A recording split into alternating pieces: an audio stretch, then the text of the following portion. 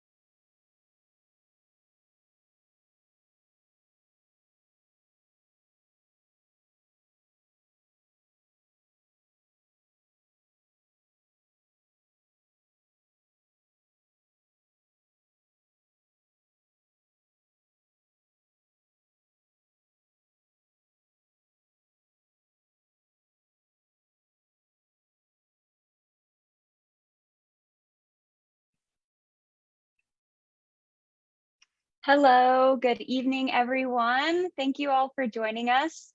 My name is Kenna. I am Heal Utah's grassroots organizer, and I will be starting off today's presentation. But before jumping in, we wanted to start by thanking all of you for your understanding and flexibility as we try to make the best decisions we can regarding COVID. We are very much looking forward to seeing you all and enjoying a fun evening at Brewvies, but we hope we will be able to get a chance to do so later in the year.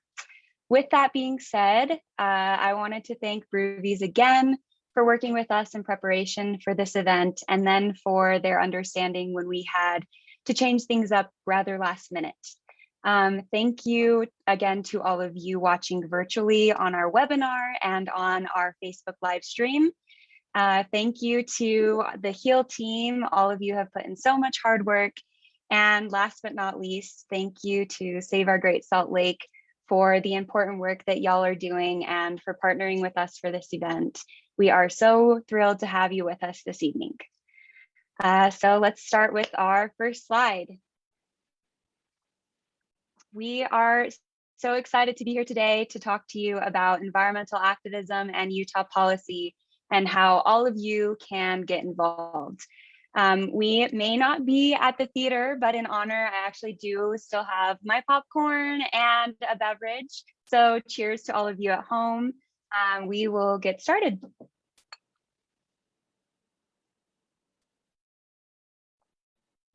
So first, I will start off by a bit of an overview of what we'll be covering in today's presentation and who will be helping me along the way. So I will start things off by giving a quick background on Heal Utah, and then the lovely Chandler will introduce herself and give us some background of Save Our Great Salt Lake and highlight some of their upcoming events. Maysay will guide us through different ways to advocate and the importance of each one. I will jump back in to talk about our legislative process here in Utah, how to navigate it all, and then our awesome policy associate, Alex, will talk past and present policy with everyone. And then I will wrap things up about talking about what to do with all of this information that we have thrown at all of you and how to get involved. So we will leave some time at the end for any questions. So let's get into it. So HEAL Utah, for those of you who are not familiar with us, HEAL Utah stands for the Healthy Environment Alliance of Utah.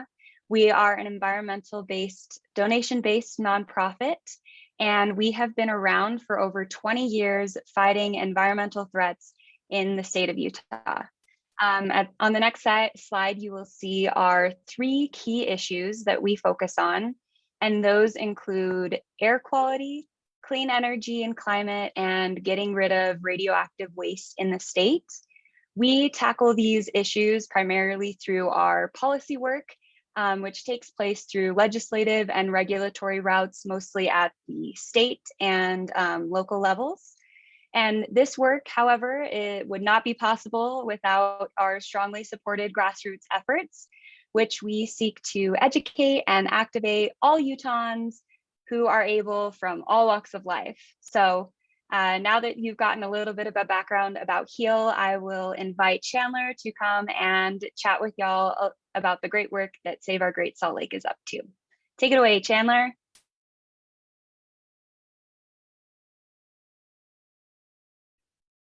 You're still on mute.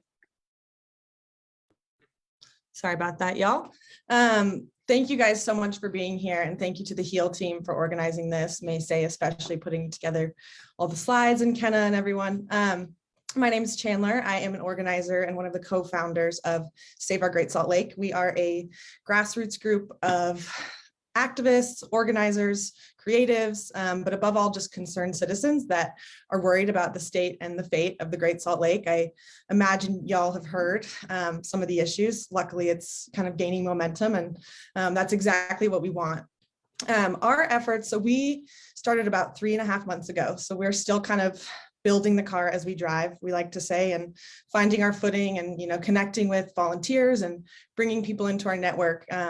We've been working with some great groups, Friends of Great Salt Lake, the scientists at the Great Salt Lake Institute, and the Utah Rivers Council, who have been working on this issue for decades. And the bottom line is, we've got plenty of science, and we do have the ideas as well, as far as how to save the lake and different things that we can do. But what we lack is political will in the State House. So historically, our legislature has been pretty anti-conservation, especially because of a powerful water lobby that's, pushing these water projects like the Bay River development, especially that would lower the Great Salt Lake by another 2 feet.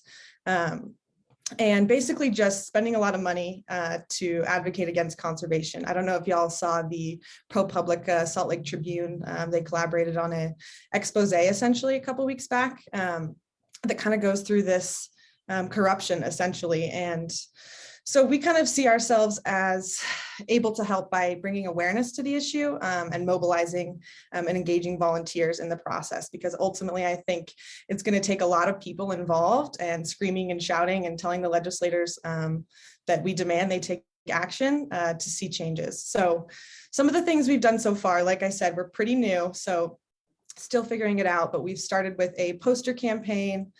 We did a billboard campaign, just trying to get the word out there so people know that this is an issue.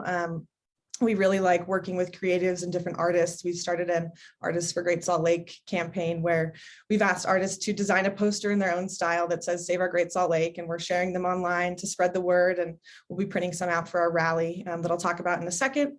We'll also be doing a cocktail campaign, hopefully starting next week, just as kind of a fun, creative way to raise more awareness. So we've asked different bars and restaurants to create their own Save Our Great Salt Lake cocktail, just to kind of get the word out.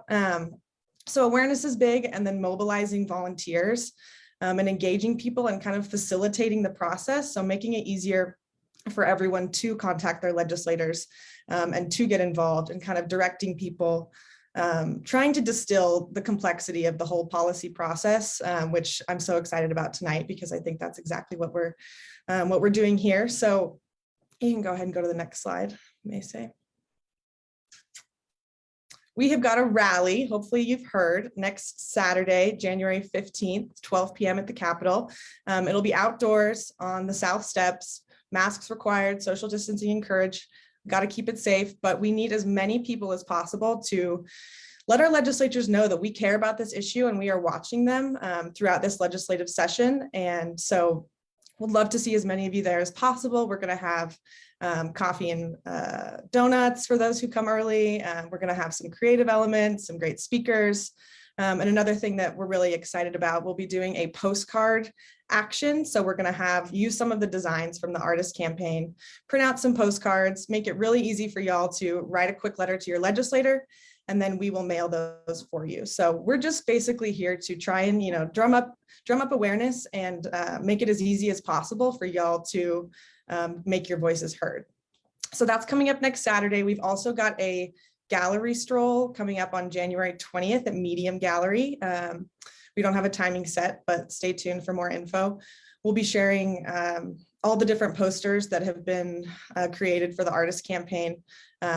We'll be printing them out and sharing them there, as well as potentially we've got some videos and some music and dance ideas as well. So stay tuned for that. We hope that's not the first gallery stroll. So we'd love to see you there. And I will turn it over to Macy to talk about, one thing I also wanted to say, we will be partnering with HEAL and the Utah Rivers Council for citizen lobbying. I'm not quite sure what the legislative session is going to look like due to COVID, but we would love to have y'all back.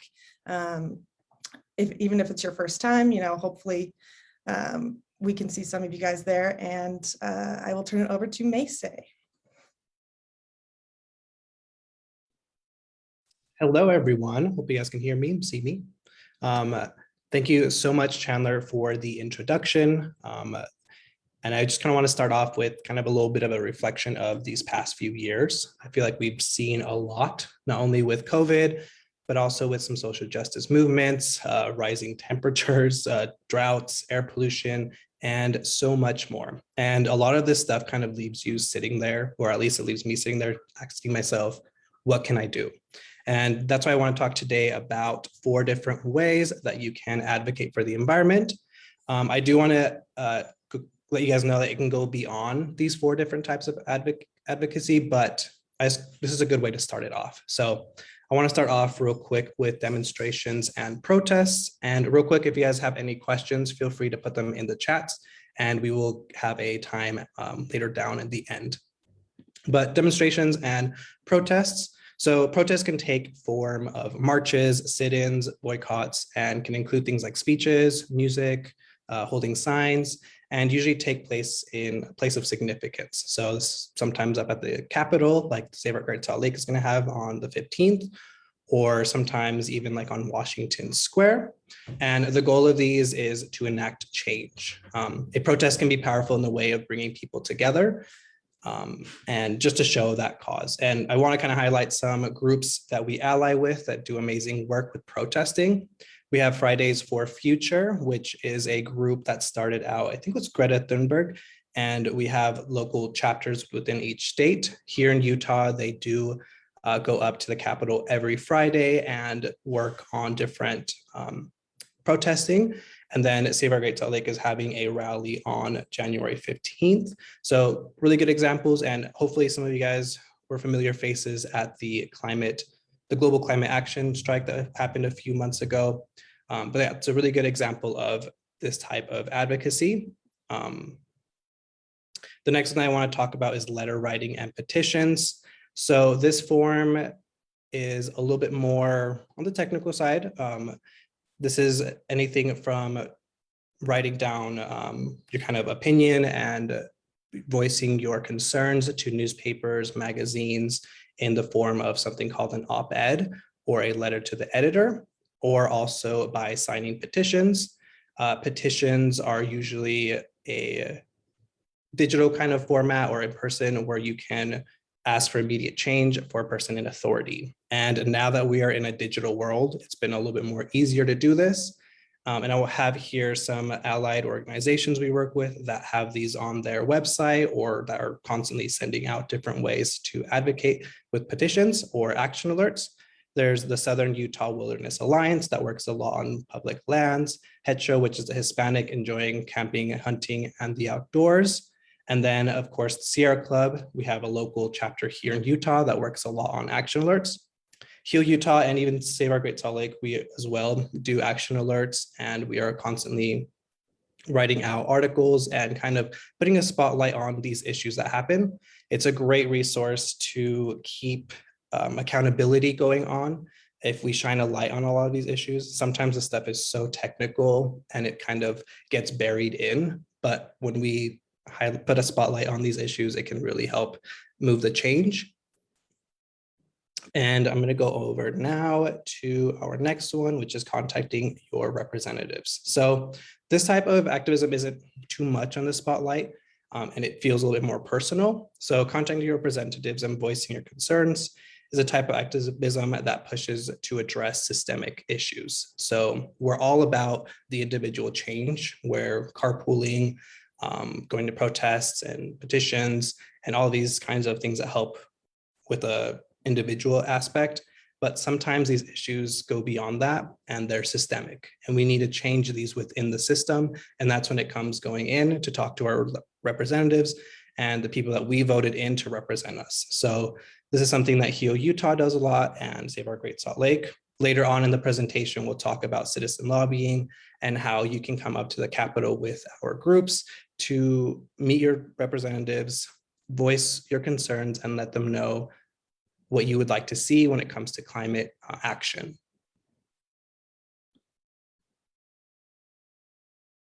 This one's a kind of a different way to advocate, but voting local. So this was going to be a cute little moment where I asked everyone to raise their hand if you voted for the presidential election, and then if you voted for a local election, but still want you to kind of ask those questions yourself and kind of reflect on how much hype there was around the presidential election and why there isn't that same hype with a local election. So local elections are just as important as these presidential ones because these people are representing you and these people are speaking for you. So it's very important for you to get politically into the local politics of these issues. So looking into who your council members are, checking into the voting of them, and just getting more involved on a local aspect, because sometimes it's a little bit easier to get these things changed a local way than on the federal way. So maybe there's an idling bill that can be pushed locally for schools, and it'll be a little bit easier with that. So it's kind of like an example for that. But those are the 4 ways of activism that I wanted to talk about. And after that, you're probably thinking, okay, so I have to go protest, I have to talk to my representatives, I have to do all of these things. And I'm here to say that you don't have to do all those, and you don't have to feel pressure to be a perfect activist. A good saying I like to say is activism is not perfect and performative, it is messy and transformative. So see what your capacity is, and we rather have millions of imperfect activists than one perfect activist. So if you're more comfortable protesting, if you're more comfortable talking to your representatives, find what way you can get involved. But the biggest thing is just get involved. And real quick, I want to touch on to this point before I hand over the mic to Kenna, is a reminder that this movement must include everyone. It is intersectional, and we must always amplify the voices of those being impacted the most, and create spaces where representation leads the change. We also have to acknowledge that you can't fight for environmental issues without fighting for social justice. A saying that we say here at HEAL is environmental justice is social justice. So while I kind of close up my little part for the presentation, I just kind of want to leave that with you guys. And again, leave any questions down in the chat, and also check out healutah.org/get involved to find these other organizations that we partner with. So now I'm going to hand it over to Kenna. She's going to talk a little bit about how a bill becomes a law. Awesome. Thank you so much, Maysay, for guiding us through some of the different ways to advocate. I think it's so important to have that reminder that activism isn't perfect. So now that we have covered a little bit about environmental activism, we are going to move on to learning more about policy here in Utah. So despite the catchiness of our classic schoolhouse rock, How a Bill Becomes a Law, it happens just a little bit differently here in Utah. So we have this great quick video to break that process down that Maysay will now play. And he will turn on his volume so that we can hear the volume too. Sorry, guys, a little technical issue right there. 4 main steps to get a bill into law: preparation, the first chamber, the opposite chamber, and the governor. To get a bill prepared for the session, it is drafted in legal language and undergoes a fiscal review. Then it goes to the first chamber, either the House of Representatives or the Senate. It is assigned from that chamber's Rules Committee out to a standing committee, like Natural Resources, Public Utilities, etc. In the standing committee, legislators first have a public hearing on the bill. The standing committee can then amend, hold, table, substitute, or give a favorable recommendation on the bill. If the bill is voted favorably out of committee, it is heard on the first chamber's floor, where legislators can pass, amend and pass, or defeat the bill. If it's passed, it goes to the opposite chamber and repeats the exact same process. If the bill is amended here, it must return to the first chamber and, once again, repeat the process. But if it's not amended and passes through, it moves on to the governor's office. However, if the bill passes both chambers and requires funding, it is held until the end of the session to see if the necessary funds are appropriated. At the governor's office, the governor can either sign the bill into law, veto it, or do nothing and allow it to become law 60 days after the session ends. Did you know that you can help a bill along in this process during committee hearings and when the bill is on the floor? By lobbying your legislators, you will let them know that their constituents care about an issue and want them to act a certain way on it. Lobbying makes an invaluable face-to-face connection that can help move a bill through. Learn more, stay in the loop, and get involved at healutah.org.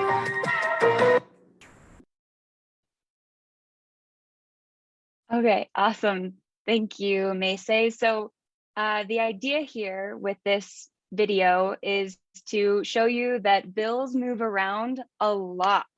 So there are many opportunities to lobby a bill from the moment it is assigned to a committee all the way up to getting to the governor's desk. There are opportunities all along the way to use your voice. So next, we are going to look at our legislative website for Utah. So if you go to the next slide, thank you. So for those of you, well, everyone, I guess, at home, I would like to invite you. I just dropped the link in the chat.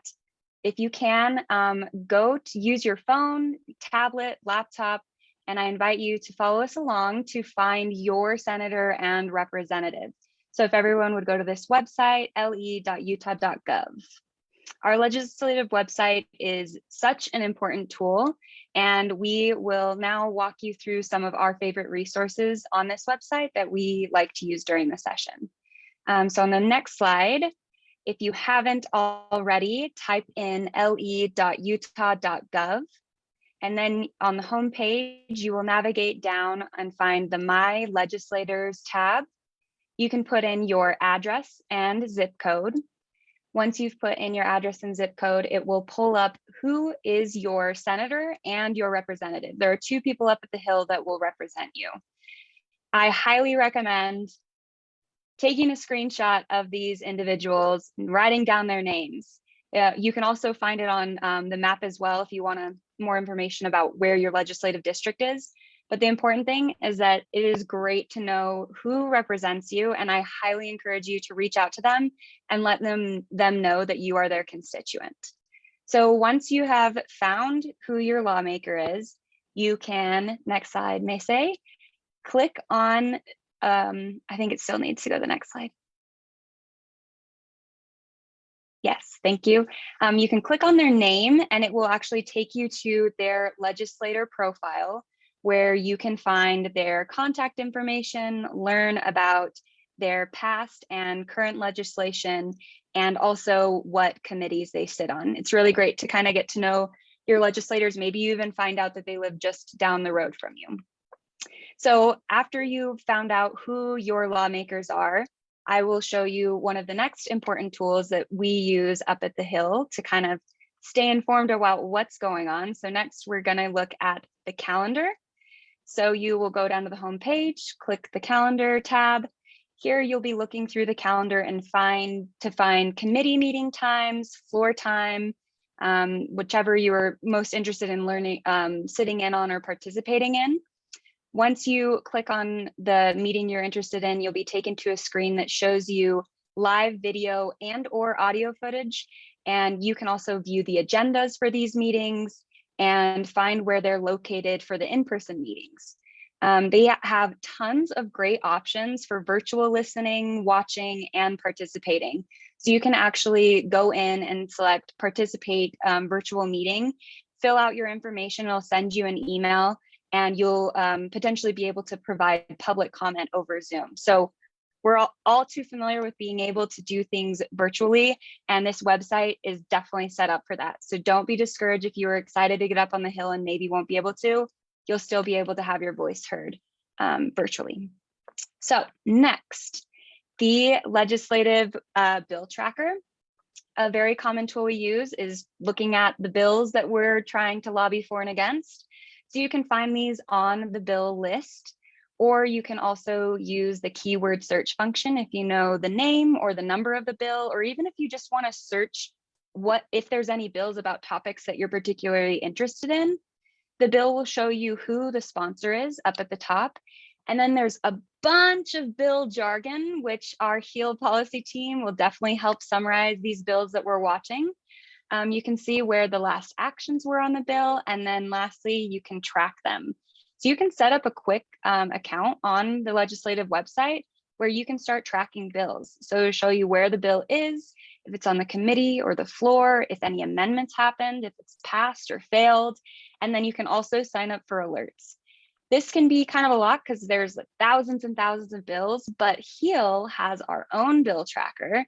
These are specifically the bills that we are watching for the session. So if you go to healutah.org and then navigate over to resources to our bill tracker, you will be able to see our narrowed down list of bills we're watching, their category, bill number, name, sponsor, description, and our stance. So, and the status. So whether we support it, oppose it, are neutral, if it's passed, failed, where it's sitting at in the legislative process. And then at the very bottom of that page, you will be able to sign up for updates, as well as find out more information about our citizen lobbying. And then, yeah, so that's going to be a really great tool for you, whether you want to follow bills outside of what HEAL has on our bill tracker, or if you just like to follow along and get weekly updates on where bills are at during the session. So now that we have shown you some online resources, we will go to the next slide and kind of talk just briefly about what HEAL does up at the Hill. So our team is up there lobbying themselves, as well as leading citizen lobbyists, hopefully like yourselves. And we accomplish a lot of our policy work, like I mentioned earlier, through our grassroots efforts. So we utilize the power of the public. That's you. That's why it's so important to show up, whether it's for citizen lobbying or for that rally next weekend. It's you guys matter, and we wouldn't be able to do any of this without you. Aside from that, we assist with education on our key issues and the policy efforts related to those issues. And then a very big part of our role up at the Hill is strategizing. So whether we're strategizing with the public, legislators, lobbyists, other organizations to get good bills passed and bad bills killed. We'll go over a little bit more of our grassroots efforts and our citizen lobbying a little bit later in the presentation, but next I would like to invite our policy associate, Alex, to briefly talk about past and present policy here in Utah. Take it away, Alex. Hey everybody, my name is Alex Vayu. I'm a policy associate with you. I'm super happy to be here. I'm glad everybody could join us on Zoom. Pretty bummed we couldn't make it at Privy's, but with Omicron, it just is what it is. So what I'm going to do here is I'm just going to give everybody a quick breakdown on some stuff that we got passed, didn't get passed last session, and then I'm going to move into what we're working on this session. So first off, if you could move to the next slide there, Macy. So these are a couple bills that we were working on last year. So we do a couple things up there. So basically my role with the organization, I'm a lobbyist up there. I'm basically an environmental lobbyist. I'm registered as a lobbyist. Like I'm just lobbying up there, helping you guys citizen lobby. So we're either trying to get bills passed or we're trying to kill bad bills. So a bill that we were able to get passed last year that was really good was HB 91 that you see in the center there. So that was a credit for alternative fuel and heavy duty vehicles. This bill directly helped us clean our air by incentivizing more heavy duty vehicles to switch to lower emission fuels. So like kind of tractor trailers like that. It gave an incentive for folks to switch over to cleaner fuels and cleaner engines, which was a really, really big win for our air in the valley there. And we only accomplished it with the help of our citizen lobby team. So we really can't thank you guys enough, and we hope to see you up there again this session. Moving on, so like I said, we help pass bills, and then also when we see bad bills, we kill them. We kill the bill is what we call it. So a bill that we help kill is that first one you see there is HB 209. That graphic looks nice and friendly and green and electric. We like electric vehicles. But this bill, unfortunately, would have raised registration fees on electric vehicles. The argument was that electric vehicles didn't pay enough in the gas tax, which pays for our highways. So people were really worried that these EV owners weren't chipping into the fund for our highways. We were able, again, with our citizen lobby help to help convince all of the folks up there in our legislature that was a pretty phony argument, and we need to start adopting EVs, be it for climate or for our clean air up here. So we were able to kill that bill. That was really fantastic, and we're really excited about it. And again, that was only by the behest of our excellent citizen lobbying team. And we also don't, unfortunately, we can't really, we end up not passing or killing everything that we see up there. So an unfortunate one that did not get passed was SB 176, the Mineral Lease Fund amendments. Sadly, this one did get passed. We were trying to kill it. So what it did was it reallocated funds that were meant to rebuild communities around fossil fuel development and mining settlements to kind of do stuff like build roads, build community centers, stuff like that is what it was originally appropriated for in the 1920s. This bill changed the language, and now fossil fuel interests they can just kind of access it as they see fit. Unfortunately, there's a lot of bad actors up there against stuff that we are not about, and that one did unfortunately get passed, and it's contributing towards some pretty nasty projects that are going on right now. Stuff like the Uinta Basin Railway, the Book Cliffs Highway. Stuff that now we're kind of backfiring, and we have to fight outside of the state legislature. So. Unfortunately, we don't get everything passed up there, and that's kind of, it just reminds us that there's still work to be done. Just because we passed a couple things, we killed a couple things, we can't just give up. We got to keep going. So now we are going to move into the 2022 legislative session. That is going to be starting January 19th. About, I think, like a week and 3 or 4 days, something like that. Not next Monday, but the Monday after that. So we're coming up pretty quick. So this is a pretty timely event right now, and I'm excited to see everybody up there working with us up there. So I'm going to go over a couple things that we are really excited about. The nature of this all is that we don't have too much stuff for you today, just because it's kind of an interesting timing where everybody's like rushing to kind of get their bills set and like kind of get an actual bill file and get everything together. So we don't have all the bill files for everything yet, but we do have a couple things for you guys. So we're excited to share it with you. The first thing that we've got for you is a diesel emissions reduction program. The name of this bill is actually going to be an Air Quality Policy Advisory Board amendment. It doesn't have a bill number yet. The only reason we know about it is because we actually wrote this bill. I drafted a lot of it. Our other policy associate, Carmen, helped out. Ken helped out. May say everybody was in there helping out. We've got a really great bill for you guys to come up and lobby on that. We built in house, and we're really, really excited about. So this bill is really, really exciting. It cleans up our air, as you can probably tell by the title of the bill, but it's kind of it's our response to the inland port. So, you know, we fought the port as hard as we could over here at Hill, but unfortunately at current, the way we see it is that this port is going to get built. It's just a reality of the situation. And we've kind of pivoted to, let's, you know, I don't know if it's possible to stop the port. So let's make sure that this port is the cleanest possible port that we can possibly get.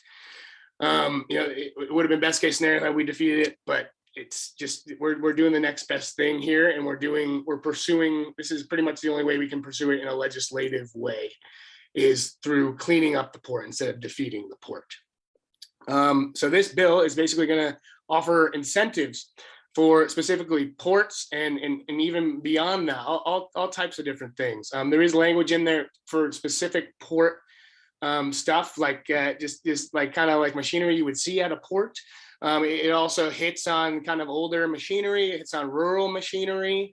It's pretty expansive, and the beauty of it is it really works in our political climate. So it works off of you'll always hear in the kind of the walk talk of the carrot versus the stick, and this bill is a pure carrot bill. So we are incentivizing people. We're not punishing people for having older vehicles. So that's really kind of speaking the language of our state and our red legislature up there. It's going to be incentivizing individuals, businesses, and government agencies to receive tax breaks by this delicious dangling carrot. Like imagine you're riding a horse and you're dangling this carrot in front of the horse. And you know, other measures, they're going to be beating the horse with a stick to kind of get them to speed up. We're not doing that. We're not punishing. We are incentivizing. So we're really excited about it. It's based off of a bill. So it's based off of a program called TERP, which is a Texas Emission Reductions Program that was instilled in Texas. So we think if something got passed in Texas, then we can crib it in Utah, and we think it'll work. We think the political climates are pretty similar, and it's actually pretty good legislation. Everybody's really excited about it. Senator Escamilla is the sponsor on it. We've been in talks with her back and forth, and she's saying that everybody's really excited about it from both sides of the aisle. So we're really excited about this one. It's exciting that we crafted it in house, and it's looking pretty good. But we do need you folks up there to help us get this bill passed, because you never want to say that it's a for sure thing, and I'm not on wood just now just to make sure that we don't do that. But yeah, we definitely need your voices up there to make it known that, hey, I care about this port, and I want this port to be clean. Like, let's go on. I got some in the chat. Senator Escamilla. Senator Escamilla is running it. She is the sponsor on that, Mackenzie. Okay, that's the diesel emissions reduction program. We can move on to the next slide. Something else that we're excited about is going to be, so it was referred to as SB 245 last session. That's not going to be its bill number this session, but Senator Cullimore is going to be running this bill again. It's the net metering amendments. Again, we are kind of cribbing off of somewhere else, kind of using something that worked somewhere else and seeing if we can make it work here. So this program is based on a program out of Vegas called the Solar Bill of Rights. So net metering, if you're not familiar with it, it's a process in which our electric utility, so Rocky Mountain Power, if you've got solar panels on your roof, Rocky Mountain Power will pay individuals back at their personal residence for the excess electricity they produce. So if you're producing more electricity than you use, you can sell it back to the utility, and it really helps offset a lot of the base cost, that big initial investment that someone would make to have solar at their personal residence. Net metering really goes a long way to just make it easier for people to decentralize our electric grid. And that's kind of what we're looking for at the end of the day, right? We kind of want to move it away from fossil fuels and into the hands of individuals and smaller kind of mom and pop solar institutions, and break up these big monopolies and move towards a greener future. There's a lot of wonkier stuff to this that I won't bog you down with. I'm going to put my email in the chat after this. I was really looking forward to talking to everybody about like the nitty gritty details in some of these bills here when we were at Broovies. We're gonna have some time that we could chat after. Feel free to ask anything in the chat too, and I'm happy to answer that. But if you guys want to know anything about the actual specifics on here, there's a lot of really cool things in this bill. It defines language for the Public Service Commission to use to determine how we determine decisions made on our electric grid. There's a lot of market penetration stuff in here that if you really want to kind of hit the nitty gritty details, feel free, please give me an email or drop a question in the chat. I'm open to chat, and I love chatting with our supporters. So yeah, I'm looking forward to that. That is pretty much what I got on net metering. So if you want to just, yeah, there you go, Macy, appreciate you. So, we're always going to have something that we oppose. We only got one that we oppose for you because it's not really the ones that we support, we get from our allies and they let us know about it. But the ones that we oppose, we're not really going to hear off the bat about. But one that has been filed is the Senate concurrent resolution 003. It is a concurrent resolution highlighting Utah's rare earth mineral position. So we are very opposed to this because it will enable uranium mining and thereby nuclear power production. And then you have to think about the entire lifespan of uranium. It's once you start mining uranium, you're going to have a radioactive product all the way through the actual life cycle of this power source. Heal Utah is one of the only statewide anti-nuclear organizations that you're going to find. So we are anything that's got any type of uranium or nuclear language in it, we are going to have to be, we're the front line. We're the ones opposing that. So we are vehemently against this one. Feel free to reach out to me if you want to hear more about our stance on nuclear, but it's an environmental justice issue. It's kind of what Macy was hitting at earlier, social justice and environmental justice. It's all intersectional. And if this bill passes, all that stuff happens on tribal lands. It's mined on tribal lands. The waste is stored on tribal lands. It's they got the worst of the lands in the original reservation deals, and now they're getting the worst of the stick now with this bad, dirty stuff. And that's for me. That's the biggest thing with nuclear is that the environmental justice angle of it it ain't good. It's not. And again, if you want to hear more about our stance on nuclear, feel free to reach out or ask some questions in the chat. That is about all I've got. So I'm gonna shoot it back over to Kenna and Macy to talk more about citizen lobbying. But again, I've said it a bunch of times, but please, I love hearing from our supporters. So please feel free to reach out. I will drop my email in the chat right now. Cheers. Awesome. Thank you so much, Alex, for getting into the nitty and gritty of the policy for us. Now that we've kind of given you all of this information about activism and policy in Utah, it is time to hit on the thing I am most excited about is how to get you guys involved. So citizen lobbying, I hope all of you here are convinced that you want to do something about policy and activism in Utah. And one of the best ways to do that is become a citizen lobbyist. So my intern, Natalie, and myself will be leading our Citizen Lobby program this session, and I'd love to see you all there. We will likely be altering our lobbying program due to COVID, but last year was one of our highest turnouts, and it was 100% virtual, so I'm not worried at all. We will be hosting our Citizen Lobbying days every Tuesday and Thursday from 9 a.m. to 12. The day will kind of start off with a reminder of our legislative process and then a lobby training discussion of bills that we'll be lobbying that day. There are many ways to lobby. Depending on your comfort level, you can talk to legislators in person, you can email them, text, phone call. We will provide you with all the tools you need to feel confident in lobbying our lawmakers. A really important part about lobbying is being able to give your personal story about why you care about a bill. So maybe it's a clean air bill and you have a loved one who has asthma. It's really important to share that story because your voice matters and policymakers truly want to hear from you. This is why they're in office. They work for the people, which is you. And they are just like you and I, but they decided to run for office. So it may seem a little intimidating, but after a couple of times of doing it, you will feel more than comfortable approaching your lawmakers and telling them how you feel about a bill. So if you are interested in lobbying, which I hope you are, I will drop a link in the chat right now. This is for our sign up sheets. So you can look through the information there and sign up to come up and lobby with us. And like Chandler mentioned earlier, Save Our Great Salt Lake will be up there with us lobbying as well. So everything that you have learned here today can be applied in many ways, not just lobbying your state lawmakers, but also lobby your city council members. You can even lobby at school or work. If you want to create a recycling program or an idle-free program, you can do that with the tools that we've provided you.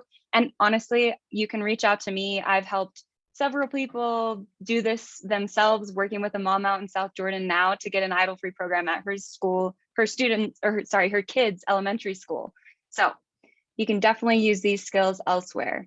If we go to the next slide, I would like to just briefly touch on some other ways that you can get involved as well.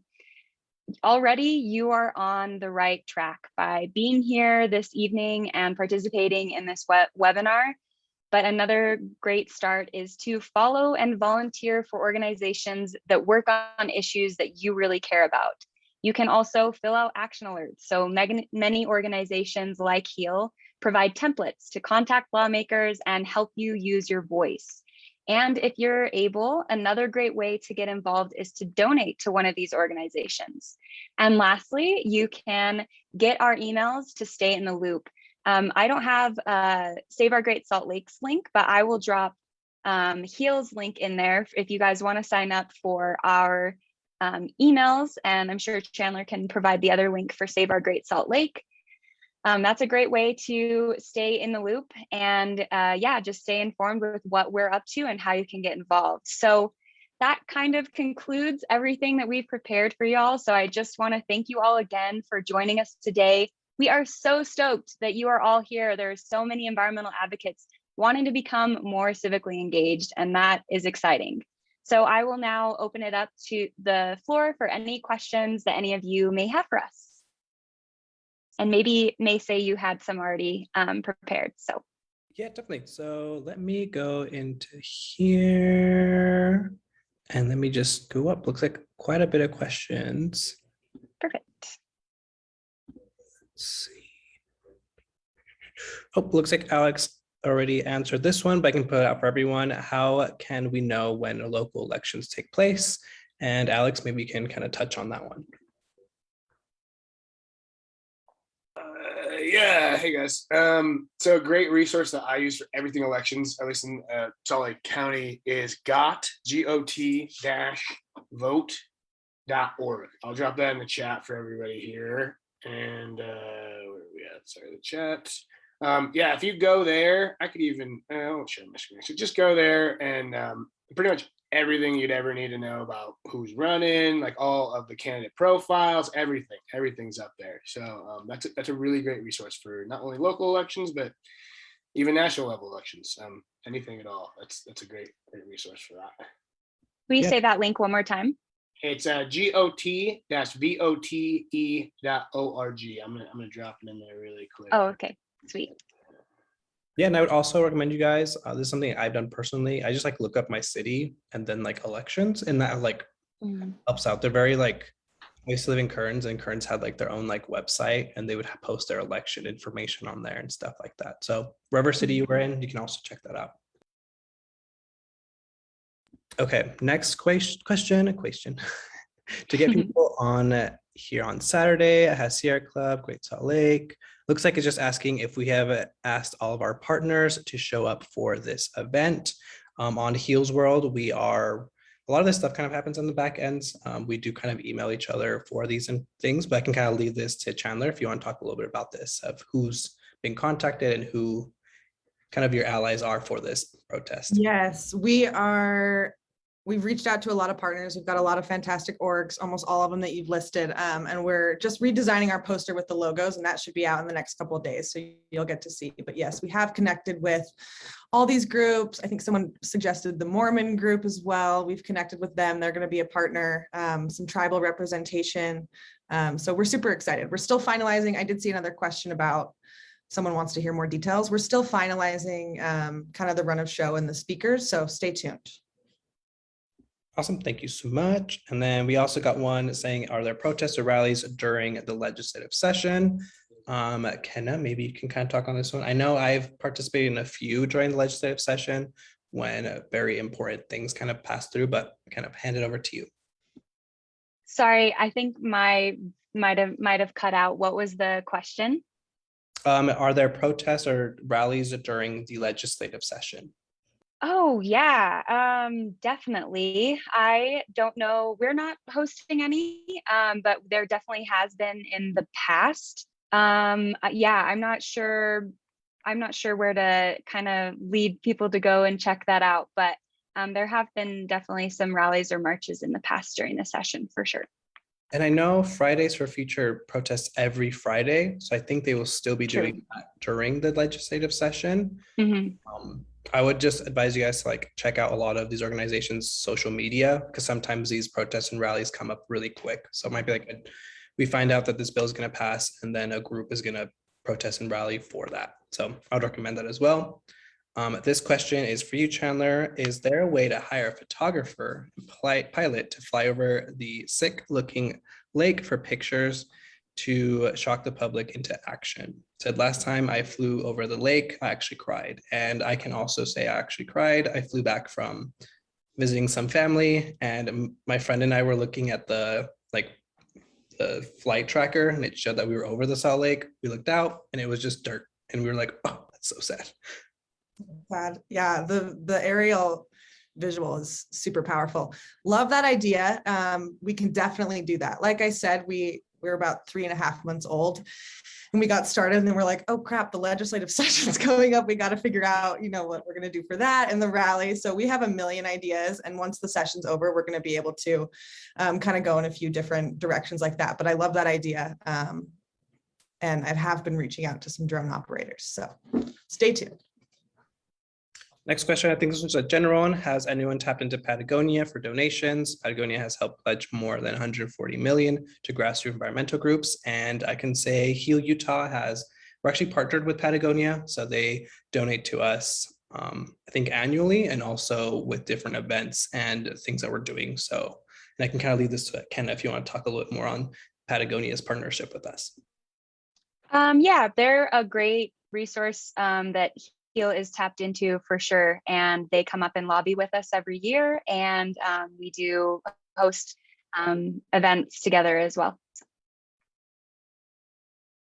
Awesome. Next one, I think this is a question. It says, word of the protests and other actions need to be sent out in other ways than Twitter and Facebook. There are many older people who could care less about Twitter and Facebook. And since the newspaper only comes out once a week, now in paper form, older people could have the valued resource in terms of time and money, but are basically out of the loop.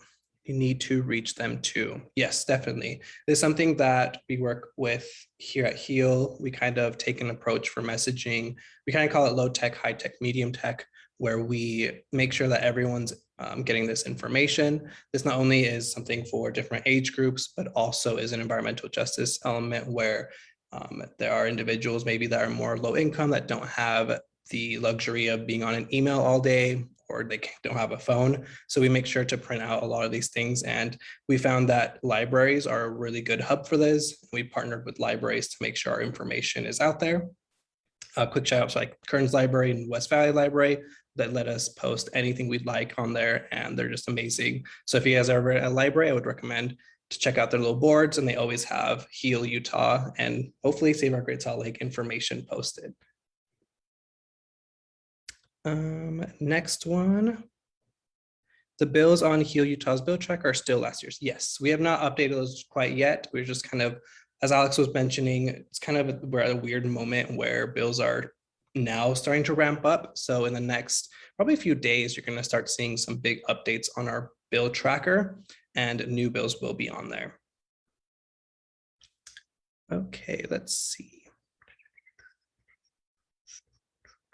Is this bill text available to read or not yet? I think this is for you, Alex. I think this is regarding the emissions reduction bill. Shoot me an email and I'll share some language with you. It's not published on the website yet. But yeah, Alex at healutah.org. Super straightforward. And Alex, just to kind of give like a little bit of like timeline for that, do you know when usually we post these kinds of things publicly? So that is on Senator Escamilla's office. I've been back and forth with her, and then they have a drafting attorney that kind of makes sure that all the money adds up, everything looks good. So yeah, it's kind of we've done our side of the work, and we're just kind of waiting to hear back, hopefully before the session starts. And we'll definitely alert you guys via socials and all different platforms once these things are up and running. Next question we have is, can this excess building of electricity at all backfire? I'm guessing this is from the net metering bill. I'm sorry, repeat that one more time. I was reading stuff in the chat as you were talking. No, you're good. Can the excess building of electricity at all backfire? The excess building of electricity. I'm not sure if I'm understanding that correctly. Let me try and find. I think it's regarding like net metering when, since we're like we talked about that excess that can be. Yeah, I guess I'm just curious what like backfire as far as like an electrical circuit or like a policy wise. I don't believe so. I don't think a backfire like a circuit breaker would pull or anything like that. No. You can also we can also reach out to one of our, we have a close ally with that works at a solar company. His name's Tom with Creative Energies. I think it'd be good for us to kind of ask for that question. We can kind of follow up with you, Jocelyn. Yeah, and if any of these answers aren't thorough enough, again, I've said it 100 times, but just email me. We'll link you with more experts, and I will give you a more thorough response than I can give just off the cuff here at this live stream. And the next question we have is, I was curious, I thought nuclear power was one of the cleanest forms of energy. I think we can all kind of touch on this, where nuclear has kind of had a really good PR team to kind of spin how it's being presented to the public. It is a cleaner source of energy compared to fossil fuels. Our whole kind of stance on this is the cost of it, the production time, where we've seen the data that we need to act on this right now, and we don't have 10 to 15 years to build a gigantic nuclear plant.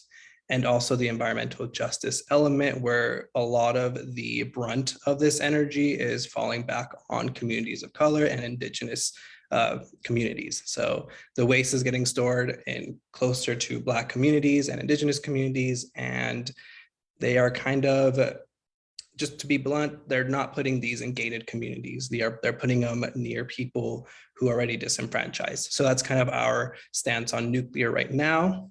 In the future, if maybe they magically fix all of those, then we might think about it. But until they fix those, we're not going to jeopardize people of color over this source of energy. And then I don't know if you guys want to expand on that. Sorry, Kenna or Alex. Yeah, you're good. Sorry, you can go. I've been talking a bunch, please. No, I was just going to say, I think you hit it. That is exactly right. From the moment a nuclear power plant is being built, the emissions and the cost of that, to how long it takes for it to get online. We need to reduce our emissions way quicker than we can get a nuclear power plant online. And then to where these are being built and where the waste is going. And that waste just becomes more radioactive over time. So, well, some of that waste, but there's no great way to get rid of the nuclear waste. So. And we do have a follow-up question with this one where we can get more information regarding nuclear. We would recommend you guys to just visit our website, healutah.org. I think it's just /nuclear. And we have kind of a lot of different studies and a lot of different information resources for you to check out regarding this issue. We are one of the few that took this stance about anti-nuclear right now. A lot of other organizations are kind of iffy still on it and aren't very putting information out, just because nuclear is complicated. It takes me a hot second to read what they're saying, and I'm not a nuclear bro, so I can't kind of figure out what they're saying sometimes. So I definitely recommend you guys to check out healutah.org/nuclear. Then let's see, this one I think is for you, Kenna. Which jurisdiction does Heal Utah participate in? Are they meaning like I guess I'm not exactly sure what that means, but in terms of like what Heal's role as a nonprofit is, maybe that's the question. Do you think? Okay, yeah. So we are a 501c3 donation-based nonprofit. So we don't participate in any election type of things. We can't like sponsor candidates or anything, but we can still work with lawmakers on policy related issues. I'm not sure if that answers the question or not. And I'll kind of leave this, if you'd like to kind of expand more, I think is Jocelyn, if that kind of helps answer. If not, we can also just shoot us an email. We can kind of go in more. Let's see our next question. Alex, your email. Let's see. Has Save Our Great Salt Lake thought about contacting local news agencies to use accurate satellite imagery while forecasting the weather? Hadn't thought of that yet, but love that idea. We will definitely look into that. And that's why we need all of you guys to get involved and volunteer with us, because everyone has together, we've got all these different ideas, and I think we could get a lot done and kind of raise awareness through these different avenues that we wouldn't think about. So love the idea. It looks like this one's not a question. We have CGO talks about some of the negatives of net metering and analysis here. Thank you so much, Marcus. We'll definitely put this in our kind of list of reading. We always like to get different perspectives and kind of go into these when we're looking at these bills. So thank you so much for sending that over. Let's see. And then we have a question. Has question already been asked about the 634 acre tree farm LLC mine proposal for Lower Parley's Canyon? Is this something Utah is involved in? My cue if this has already been applicable. I don't know, Alex, would you like to kind of take this one on? Sure. Where they are at with the, so I'm sure everybody's, or if you haven't heard of it, excuse me, there is a proposal for a mine in Parley's Canyon. It's right by Mount Air. It's like pretty much right when you're going up the canyon, it's right there to the right. As of right now, the county, so Salt Lake County itself is working towards, I believe it's redistricting wilderness areas, so mines can't be put there. I might be saying that wrong, and I apologize. I can drop a link in the chat.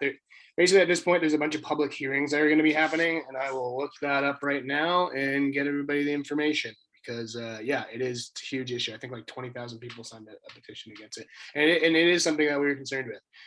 It is a potential air quality risk. You know, like right at the mouth of the canyon, there you start chucking dust up, it's just gonna choke up the canyon even more. It'll just suck it right down there with the inversion. So yes, we are very much on top of it. It's very much something that we're concerned about. I think Save Our Canyons is an institution that is more front and center with it, especially with the legislative session coming up. We're kind of just fully honed in on being up on the Hill, whereas Save Our Canyons, the guys over there, Alex Schmidt, Carl Fisher, they're all focusing on that right now. So I would recommend doing that, and I will look up those dates while Mesa fields the next question. Yeah, definitely. Looks like one for Save Our Great Salt Lake. Do we know of any bills this session that will affect the Great Salt Lake? And I think you might have answered it in the chat, but maybe for everyone. Yeah, I just dropped it in the chat, and I am not an expert on it, but as far as I understand, it doesn't go nearly far enough. I know it's related to in-stream flows, which I don't fully understand either, but I think essentially if someone has a water right upstream that they're not using, they can like donate it temporarily or like rent it to the lake, which is not what we need. We need like a permanent 2 million acre feet of water permanently allocated for the lake. So, I mean, this bill does something, but the folks we've talked to are questioning whether it will even pass. We will support it, but it's just kind of like, it's not going to get us there. Chandler, I think you might have posted that in just to us. Post and mail. Oh my gosh. That's okay. Okay. Figuring out Zoom. As far as I understand it too, with the in-stream flows, is that all these farmers are afraid to let go of their water because it's a use it or lose it situation. So they've just been trained since they've been kids and their grandkids have been kids that we need to use all this water. We gotta like flood these fields, use it all, because the state monitors that, and then if they use a little bit less water, they're going to give them that little bit of less of water next year. So these farmers, I hate to call it wasteful, but it kind of is wasteful. So I believe, I could be totally off base here, but I believe it's just a situation where if they don't use it, they won't lose the overall water right. As far as I understand, the Salt Lake, that conference yesterday, the Great Salt Lake Conference, Joel Ferry is going to be running that. And yeah, that's the goal. Essentially, the lake needs its own water, right? Guaranteed for eternity. Otherwise, it's not going to go. This might be a good thing to like touch on with the Save Our Great Salt Lake, where like bills like these feel very like band-aid approaches, from what I kind of call it, instead of looking at the root of the issue, which is, you know, water consumption and climate change and all of these issues. So I think that's a good way to kind of think about is, could see support for this bill, but we need to fix it by the root instead of just putting a little band-aid over a leaky pipe. Yeah, and the bills that would fix it by the root, like we've talked to the Rivers Council and Zach, their directors, like I could write a bill right now that would save the lake, but it would not pass. And so it's just like a matter of how do we engage and mobilize everyone, and, you know, get people lobbying and talking to their representatives.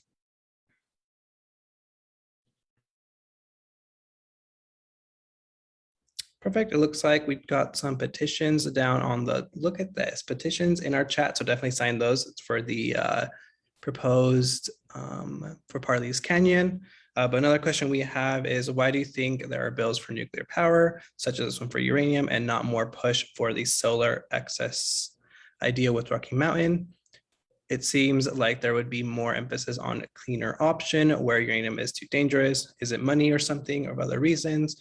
That is good to be aware of. So I can already say we don't know what happens behind their closed doors, but it is kind of frustrating to see this focus on this dirtier energy. And it just kind of has a lot to do with how the money flows is what it's kind of seeing.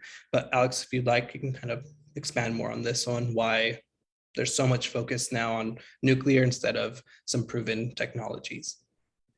In my personal opinion, I believe it's just a way that fossil fuel companies can move forward. I will defer to our nuclear policy associate, Carmen, on nuclear stuff, and you can feel free to email her. I'll drop her email in the chat. But the way I see it is, you know, these big fossil fuel companies, they got a big stranglehold on this industry, and they've had it since when they've been digging oil out of the ground, since the start of the Industrial Revolution. They're not ready to give it up. And solar really kind of poses an issue at that. You know, you can kind of put it on your own roof. You can have a little smaller company doing that. You don't have to be a big Rocky Mountain Power. You're not going to be putting a nuclear reactor in your backyard. The only people that are going to be controlling nuclear reactors are these big corporations. And that's how I see it. You know, Carmen could correct me. I'll drop Carmen's email in the chat, but I think if I'm understanding the question right, sorry, I was typing dates in here for this Parley's Canyon mine stuff, so I might have misheard you, but yeah, that's where I'm at with it. Yeah, definitely. Let's see, has Heal weighed in or gotten involved with UDOT's Gognilla versus road widening plans for LCC? I know, I lost the question. I know that increased traffic and construction pose environmental pollutions. And I don't know, I can kind of pass this off to either Kenna or Alex, because I have a little bit of info on that. That's another Save Our Canyons thing, I'd say. Yeah, I would love to. I mean, I'm very passionate about that issue. I'm an alpha skier. It's going to radically change that canyon. But as far as, I mean, we just got to think about bandwidth, and I see where you're getting at. Alma. Oh, hey, Alma. What's up? Yeah, no, there will be an environmental pollution problem, but we kind of just need to really, in order to be effective, we need to focus on clean air as far as like the city is concerned, renewable energy and nuclear stuff. If we start spreading ourselves too thin, then we kind of do less effective work in other areas. And yeah, I'd recommend talking to Save Our Canyons. Oh my God, glad you're here. Good to see you. Yes, I see you, Alma. And it looks like we have two more questions, one for Heal and one for Save Our Great Salt Lake. So is Save the Great Salt Lake opting to be the umbrella org for the Great Salt Lake? There are so many environmental organizations in the state, but to save the lake, we need to gather all interested parties and research voices together for the biggest impact. Totally agree. I think this is all about connecting and kind of network building. We're not really opting to be anything other than however we can help. So we would love to, just lift up what these other orgs are doing, call awareness where we can, and yeah, like you said, connect with other groups. Yeah, definitely. And it's kind of a good thing to guys, if you guys know kind of like the back ends of organizations. A lot of times we're a really small group, especially a lot of our nonprofit like donation based ones where we're like teams of 5, 6, 7. So that's why you see so many little trickled out ones. I always joke around. I'm like, what if we all just combined and we could have gotten so much done? So this is why the alliance part is very important. And that's why we love to get allied with like Save Our Great Salt Lake, Save Our Great Canyons, Fridays for Future, because we all have these different things that we're bringing to the table and different ways that we're trying to get this change going on. It looks like I have, it looks like I almost Actually, may say, I did want to just touch on that. I'm glad you brought that up. I feel like there are so many amazing nonprofits here in Utah doing some really great work. And I think it's so good that we have that representation because each organization brings on a really important piece. For example, Heal Utah has a really big presence up at the Hill doing policy, whereas Save Our Great Salt Lake, they're brand new or they're kind of dipping their toe into it, but they're already doing so much great work with rallies and getting people engaged. And so it's really important that we all, focus on that alliance portion and come together to really make some big change. So. Yeah, when I reached out to Save Our Canyons to ask them to be a rally partner, they were like, we would love to, or no, it was Save Our Foothills. They're both going to be partners. So if you have your questions for them, feel free to ask them at the rally. But we reached out to Save Our Foothills and they were like, yes, like this issue is so interconnected. At the end of the day, it's really about just our relationship with the land. And I think that's kind of how I see it, is like these groups working in their different issue areas. And then when we need to come together, we're ready to come together and support each other. Looks like we keep getting on some questions. Sorry about my dog in the back. What impact do signing petitions actually make? To be honest with this one, it genuinely just depends. If you're signing a petition for a local issue for a council member, there might be more impact. But if you're signing a petition where there's already 1 million people on there, it's more of that number to see like, oh, there's 1 million people that want this change going on. So it honestly 100% depends. I've seen when I signed petitions or sent an email to like my local council member, sometimes they email me right back and said, oh, okay, do you want to talk more about this?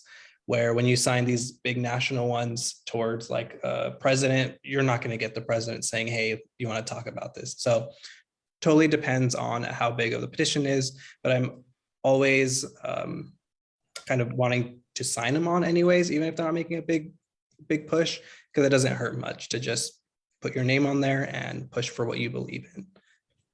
And as for me, as a lobbyist, I mean, with that big Save Our Great Salt Lake petition, it's a tool, like I'm going to go in there with a much better position. If I walk in there and be like, hey, 20,000 people signed this petition, and I could probably look it up by zip code and look up your legislative district.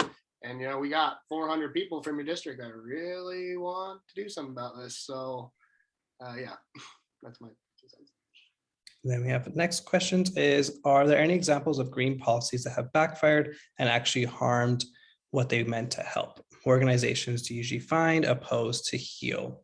So this one's kind of a pretty complex question, but yes, there is policy that might backfire. There's sometimes, there's human and there's errors where even look at nuclear stuff. People are pushing nuclear as this cleaner energy, saying we need to have this to help with the fight, but it's backfiring and hurting different communities. So we don't have too many oppositions with HEAL, but I feel like we just sometimes have, we butt heads with other pro-nuclear organizations. So that's kind of the biggest thing for us. And then I hope I got everyone's questions on here. I think we answered most of these, but I think we are all good. Did we answer the question about Governor Cox's budget proposal? Did I miss that? No, I think we missed that one. So let me see if I can I think Hadrian if I'm pronouncing Hadrian correctly. I think I saw that multiple times in there. So thanks for Here it asking is. that. Sorry about that. It just kind of went over my head, but what do you think will happen to Governor Cox's budget proposal to regard to water conservation and the Great Salt Lake? And this one, I think we can both kind of talk on this, maybe Great Salt Lake, if you want to hand over first, and then we can. Yeah, would love you guys to chime in. If history is our guide, I don't think we can expect much, but it's also hard to say because there is so much momentum around the Great Salt Lake that there hasn't been in the past. So I hope the governor surprises us, but I'm not expecting it. And it's also just important to understand that the governor's budget is a guideline for the state legislature. So it's nothing really set in stone for that. It's more of just like he's recommending that, as far as I understand it. I could be wrong there. Chandler, you might have to. Yeah, no, I think he says he recommends 45 million and the legislature could rip it apart and say, Yeah. I mean, I think it's great that the governor's standing on Antelope Island saying 50 million bucks to the but yeah, it is just it's a recommendation. I think it's important. I was just going to say, I think it's important to recognize, like when we see these headlines in the news, governor standing in front of Antelope Island proposing 45 million, not to take that at face value. Like it's just a recommendation, and oftentimes it's just talk with no action. And I think it's easy to see a headline and be like, oh, great, okay, they did it. Oh, they did a Great Salt Lake Summit yesterday, even though nothing really came of that or will come of that. We'll see, but it's important to, dig a little bit deeper. Yeah, and I think to tag on that, it's awesome that he has put forth that statement and recommendation. And I would just say, use his words against him and say, like, hey, you put out how important you think the Great Salt Lake is, prove it by supporting these bills, or what have you. I think, we need to hold our lawmakers accountable for what they say is important. And as the grassroots organizer who came before me, to respectfully harass your legislators. So. Awesome. I think those are all the questions, unless I missed anything. Let's go right now. YouTube. Yep, it looks like that is all. So I can kind of hand it over to you, Kenna, if you kind of want to, if you had any other.